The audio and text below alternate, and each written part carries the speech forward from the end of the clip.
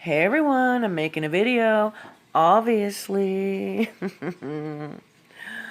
Alright y'all, as you can see, this video is about Realstream News, aka RSN, aka CJ, whatever you want to call him. Most people know that I don't like CJ, however, this video is not to come for CJ, go after CJ, or stick up for CJ.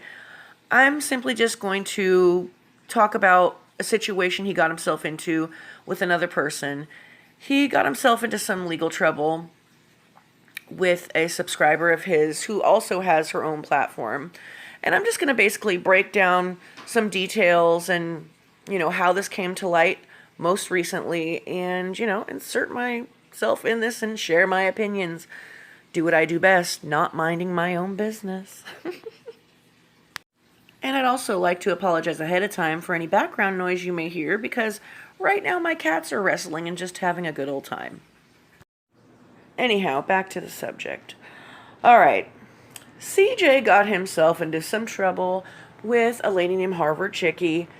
She loaned him $4,500, $4,500, and he didn't pay her back. And they had a friendship, and she kind of liked him, and there's a whole lot going on here. And I knew about this a few months back.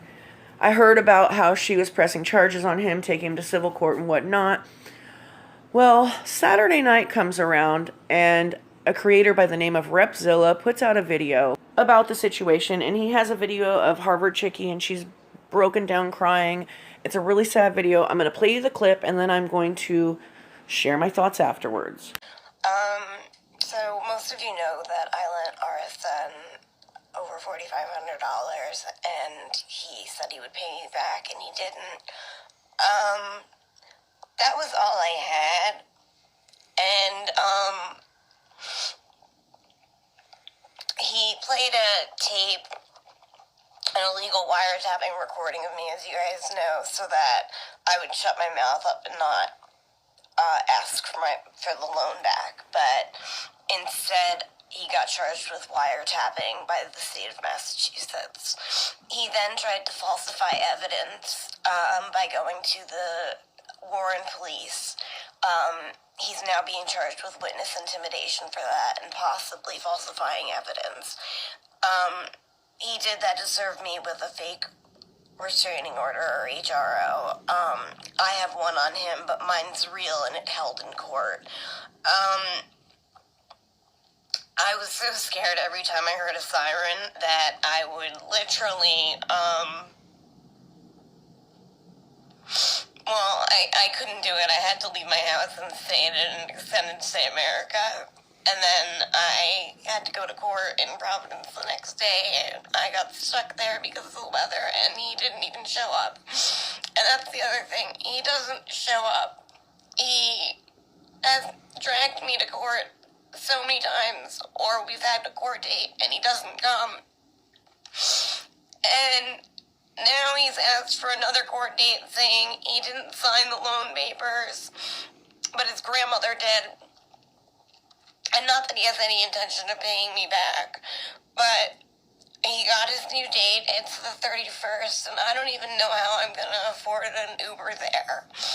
He keeps asking for extra dates because he knows I don't have the money, and he knows I need treatment, and you can't get to the courthouse by T or subway, or bus. I can't pay my rent next month or my bills or take the cats to the vet. Or pretty much anything. I'm actually deciding between, do I go to this doctor and pay this copay, or do I pay this copay with this because I need this medication? And the really bad thing is Craig knows I'm sick, and he knows I need medication and treatment. And I had to cancel my IV lidocaine and IV ketamine and infusions because I couldn't afford them. And I can't believe I'm asking for help, but I went to my parents, and my that because I was stupid enough to loan someone money they weren't going to do anything, and it was my own damn fault. So, I don't know if this is gonna work.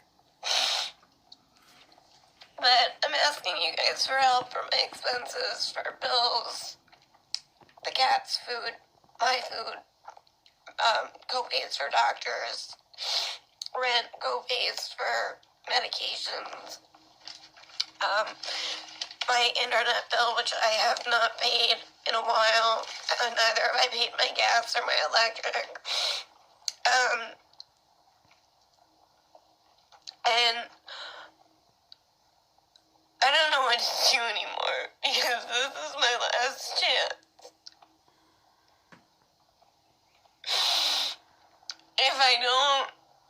If this doesn't work, then I'm fucked. I shouldn't have said that. I'm sorry, I apologize, but I'm screwed. He has no idea what he's taken from me. He not only took money from me, he tried to embarrass me so that I wouldn't ask for it back. He made me afraid to live in my own home, so I couldn't see my cats for 6-7 days. I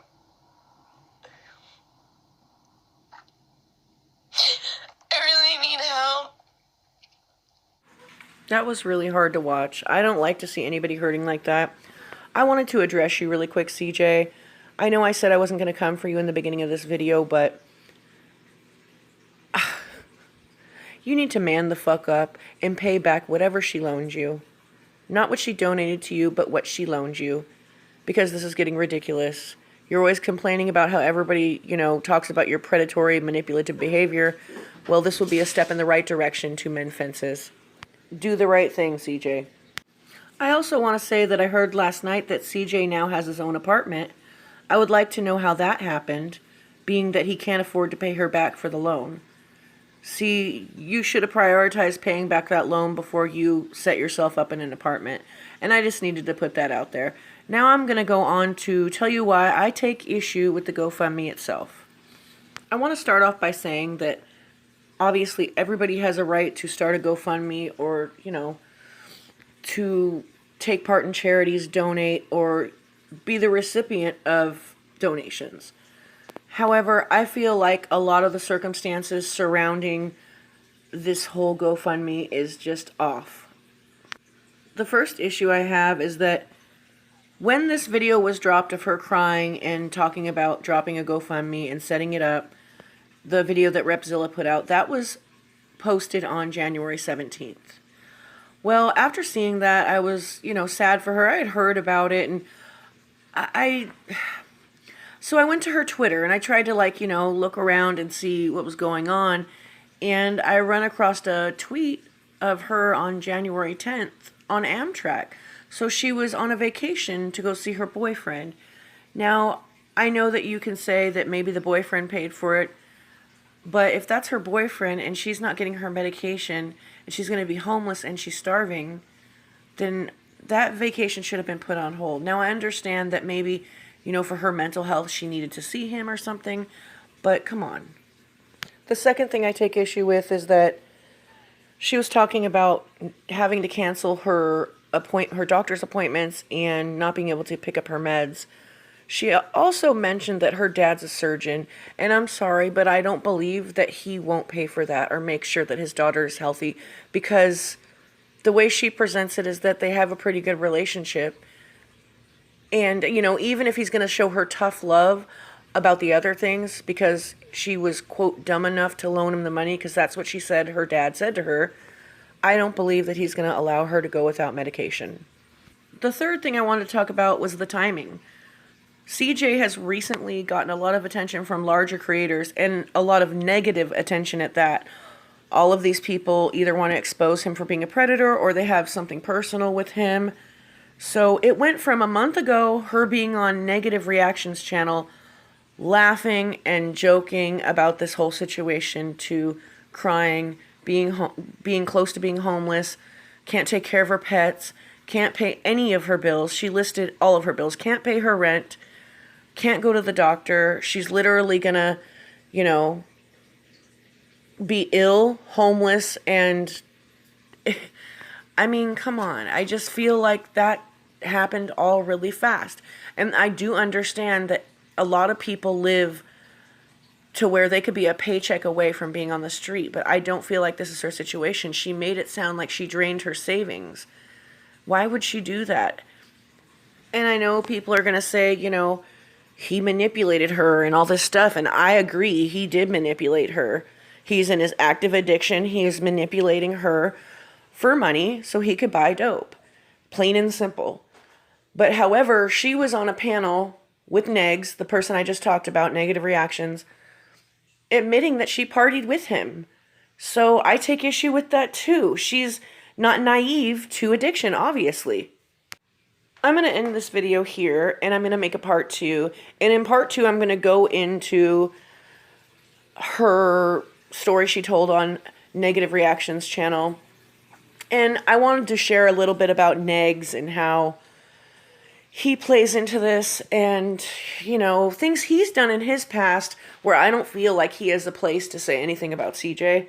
So anyhow, on to part 2, and I'll play some clips for y'all. Hope you enjoyed the video.